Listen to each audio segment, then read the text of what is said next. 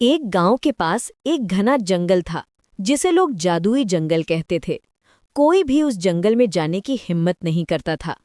पर उसी गांव में आरद नाम का एक बहुत ही जिज्ञासु लड़का रहता था। वो हमेशा उस जंगल के रहस्यों को जानना चाहता था। एक दिन उसने फैसला किया कि वो जंगल के अंदर जाकर देखेगा। उसने अपने छोटे से बैग में पानी की बोतल और कुछ बिस्कुट रखे और निकल पड़ा उस जादुई जंगल की ओर। जैसे ही आरव ने जंगल में कदम रखा, उसकी आंखें आश्चर्य से खुली रह गईं। पेड़ मधुर संगीत गा रहे थे और जानवर आपस में बातें कर रहे थे। तभी एक रंगीन तोता उड़कर उसके कंधे पर बैठ गया। तोते ने कहा, स्वागत है आरव, मैं इस जादुई जंगल का रक्षक हूँ। आरव हैरान होकर बोला, अरे तुम बोल कैसे रहे हो? तोता हंसा और कहा, हा, ये जादुई जंगल है, यहाँ सब कुछ संभव है। तोता आरव को जंगल के बीच में एक सुंदर जगह पर ले गया, जहाँ फूलों के सिंहासन पर परी रानी उदास बैठी थी। रानी ने आरव को देखकर कहा, आरव, हमें तुम्हारी मदद चाहिए।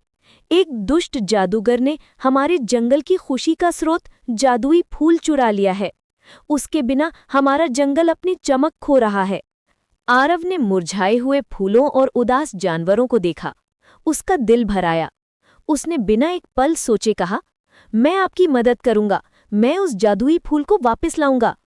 आरव जादूगर की गुफा तक पहुंचा। अंदर जादूगर गहरी नींद में सो रहा था।